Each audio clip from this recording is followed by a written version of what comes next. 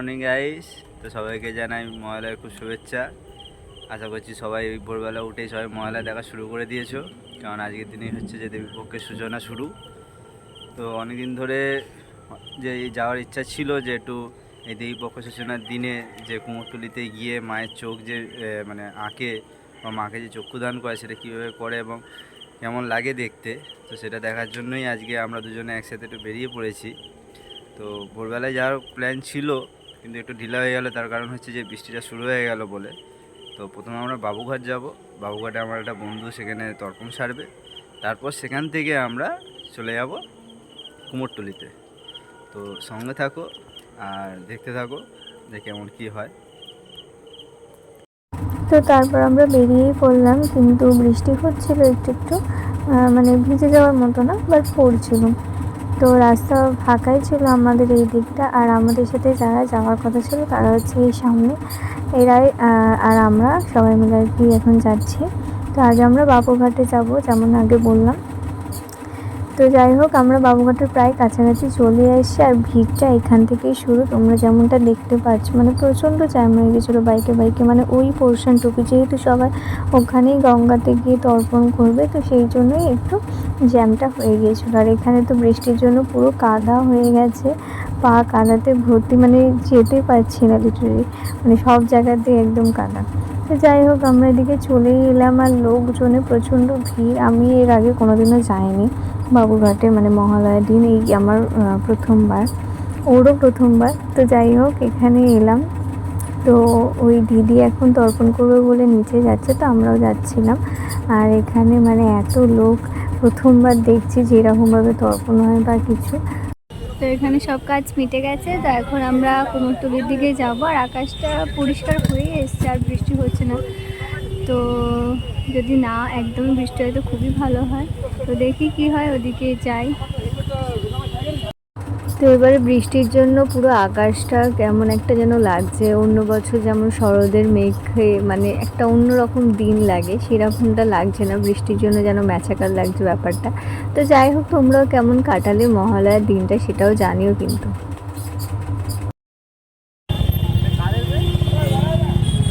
কোথাকার ঠাকুর গো? এটা কোথায়? নিমতলা। হাওড়া নিমতলার প্যান্ডেল বাইরে দিয়ে ভিডিও করলাম, যাই না ভেতরে ঠাকুর এনেছি কি আনিনি, আর ঢুকলামও না, প্রচুর রাস্তায় জ্যাম এদিকে।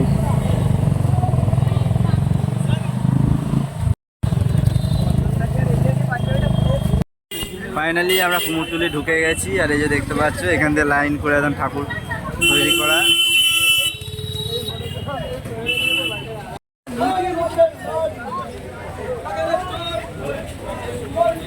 এখানে এসে একটু এখানে চা খাচ্ছি, সবার ঘুম পেয়ে যাচ্ছে, তো ওই জন্য আগে একটু চা খেয়ে নিই, তারপর ওইদিকে ঢুকবো।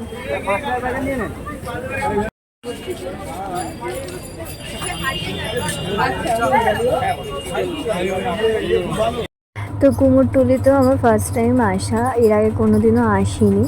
তো যাই হোক, এখানে তো এলাম, ঢুকলাম, বাট বৃষ্টির জন্যই মোটামুটি সবই প্রায় ঢাকা দেওয়া ছিল ঠাকুরগুলো, জলে যেহেতু নষ্ট হয়ে যাবে। তারপর মহালয়ার ডেলিভারি দিনও চলে আসছে, আর তার মধ্যে এত মানুষের ভিড়, কেউ হয়তো যদি নষ্ট করে দেয় সেই কারণে হয়তো ঢাকা দিয়ে রাখতে পারে।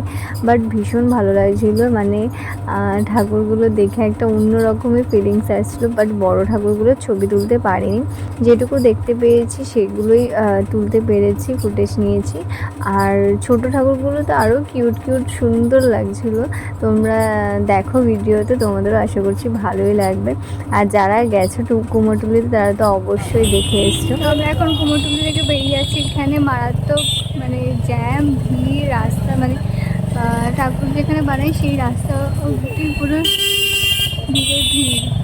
ভালো করে ছবিও তোলা যাচ্ছে না, কিচ্ছু না।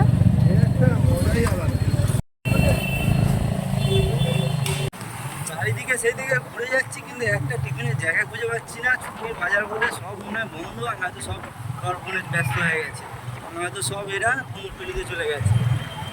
তার জন্য কিছুতে নারী চোচো করছে, কিন্তু খাবারের দোকানে দেখা নেই।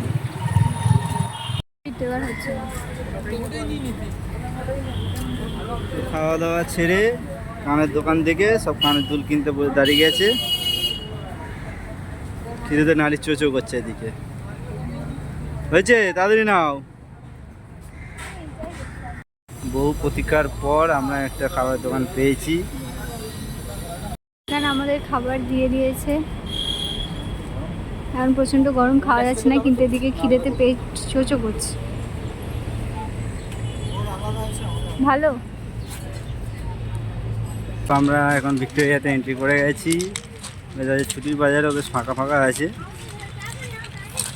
আর এইদিকে খুব সুন্দর গাছপালা, খুব সুন্দর মেনটেন করেছে, তাই জন্য জায়গাটা যেন আরও অপূর্ব লাগছে এবং সত্যি মানে নিঃশ্বাস নিতে খুব আনন্দ হচ্ছে। আর এই ঘাসগুলো একটু বড় আছে, যদি একটু ছোটো থাকতো তাহলে ওখানে গিয়ে বসে যেত।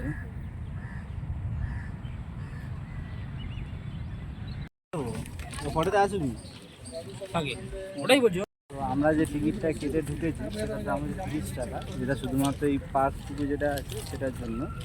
আর বাকি এর ভেতরেও ঢোকারও টিকিট পাওয়া যায়, সেটা আবার আলাদা আরও 30 টাকা তোমাদেরকে তার সাথে অ্যাড করতে হয়, মানে 60 টাকা টোটাল। কিন্তু আগে তাও দেখার মতো কিছু ছিল ভেতরে, কিন্তু এখন আর দেখার মতো সেরকম কিছু নেই। শুধু সেলফি তোলা, ফটো তোলা এইসব জায়গা করে চারটিখানি ভর্তি করে দিয়েছে। আর শুধু ফটোগ্রাফি, এছাড়া বাকি আর কিচ্ছু নেই। তাই জন্য আমরা ভেতরে ঢুকিনি, জাস্ট সেই পার্কটুকু একটু ঘুরে চলে যাবো। তাও পার্কটা হচ্ছে ছোটো না, পার্কটাও প্রচণ্ড বড়ো। ঠিক আছে, তোমরা দেখতেই পাচ্ছ, তোমরা বিশেষ করতে পারবে না, এতটাই বড়ো। তো এখানে এই গাছটা মরে গেছে, বাট সেটাকে অনেক বোতল দিয়ে সুন্দর করে সাজিয়েছে, বেশ ভালো লাগছে দেখতে। দূর থেকে ভাবছিলাম যে এটা আবার কী ফুল গাছ, আবার কালার করা বোতলগুলোতে।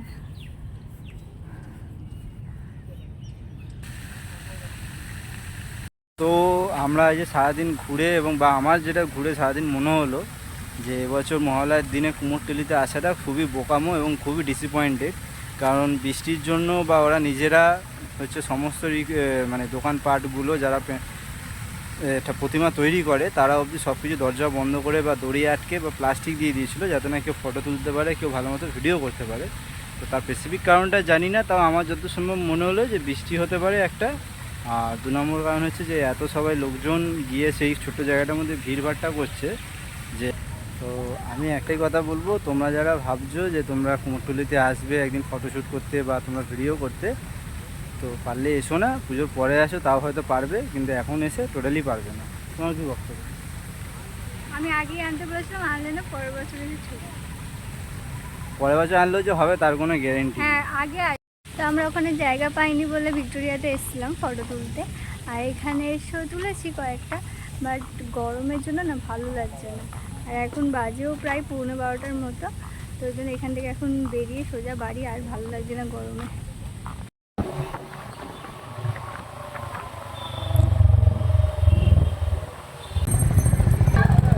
এটা হচ্ছে আমাদের বেহালা শ্রীসঙ্গের ঠাকুর, তো এখানে চলে এসছে। এখন আমাদের চৌরাস্তাতে অরুণ আইসক্রিম পাওয়া যায়, তো আমি আরও কোনোদিনও খাইনি অরুণ আইসক্রিম। খাবো খাবো করে শুধু প্ল্যানই হয়ে গেছে। তো যাই হোক, আজকে ফাইনালি ট্রাই করবো। তো দেখি কি নেওয়া যায়, তারপর তোমাদেরকে দেখাচ্ছি।